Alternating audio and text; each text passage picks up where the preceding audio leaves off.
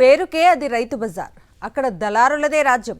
వ్యవసాయంతో ఏమాత్రం సంబంధం లేని వారు కూటమి నేతల అనుచరులు ఆ రైతు బజార్ను కబ్జా చేశారు.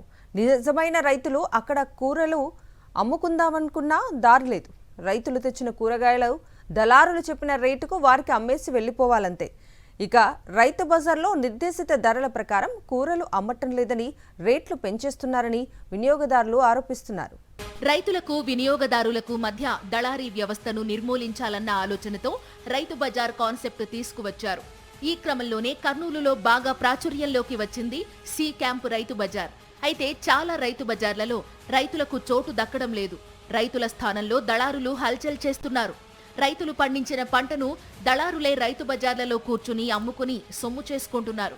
సి క్యాంప్ రైతు బజారులో మొత్తం 400 మంది దాకా కూరగాయలు తదితరాలను విక్రయిస్తున్నారు. ఇందులో 10 మంది కూడా నిజమైన రైతులు లేరన్న ఆరోపణలు ఉన్నాయి.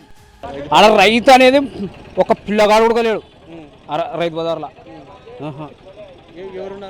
అంతా కొను వ్యాపారస్తులే, దళాలే కన్యా మొత్తం. రైతున ఏమన్నా కొంచెం కొనుక్కుంటే అనుకో ఎంపడ పట్టుకుంటారు. వాళ్ళని ఏమన్నారు, ఏమన్నారు బొత్తిగా. పండియాల్సిందే. లాభానికి అమ్మాలంటే వాళ్ళు దళారులు దండుకున్నప్పుడు మనల్ని అమ్మనిస్తారు. స్వాధీనం కూడా తింటారు. ఉత్తరభారతం అయితే దాంట్లో ఓ తన్నలు మేము కూడా తనలు తిని మస్తుగా చూసినాం. బొంగలు స్టేషన్ల వరకు కూడా పోయింది. రెడీ చేయమంటే ఇలా బతకాలా, లేకపోతే లేదు. మెత్తుకుని అయితే కనీసం తారిపోతారుగా. ఇదేం అన్యాయమని రైతులు నిలదీస్తే వారిని కొట్టి పంపిస్తున్నారన్న ఆరోపణలు ఉన్నాయి. అటు వినియోగదారులతోనూ రైతు బజార్లలో వ్యాపారులు ఘర్షణలు పడుతున్నారు. బోర్డులో సూచించిన ధరకు కూరలు అమ్మకుండా ఇష్టారాజ్యంగా పెంచేస్తున్నారు.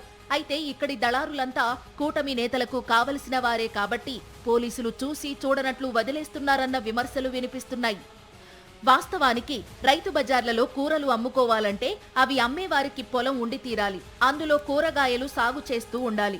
అలా సాగు చేస్తున్నట్లుగా హార్టికల్చర్ అధికారులు క్షేత్రస్థాయిలో పరిశీలించి గుర్తింపు కార్డులు ఇచ్చి ఉండాలి. ఆ కార్డులు ఉన్నవారు మాత్రమే కూరగాయలు అమ్ముకోవడానికి అర్హులు.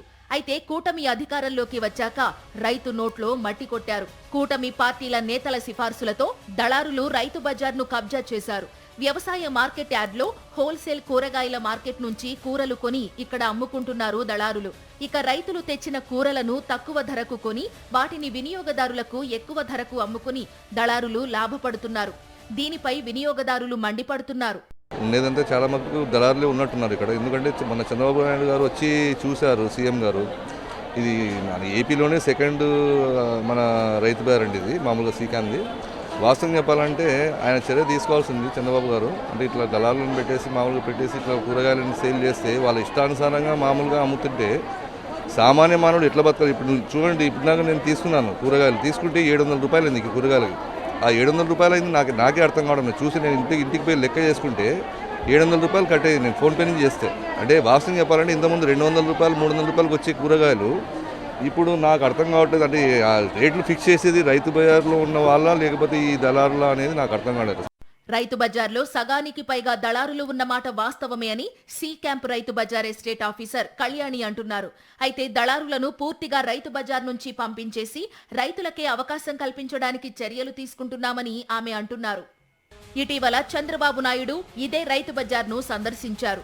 అప్పుడు కొద్ది మంది రైతులను ఉద్దేశించి రైతు బజార్లో అసలు దళారులన్నవారు ఉండడానికి వీల్లేదని అధికారులను ఆదేశించామన్నారు. అయితే ఆయన పార్టీ నేతల అండదండలతోనే ఇక్కడ దళారులు రాజ్యమేలుతున్నారు.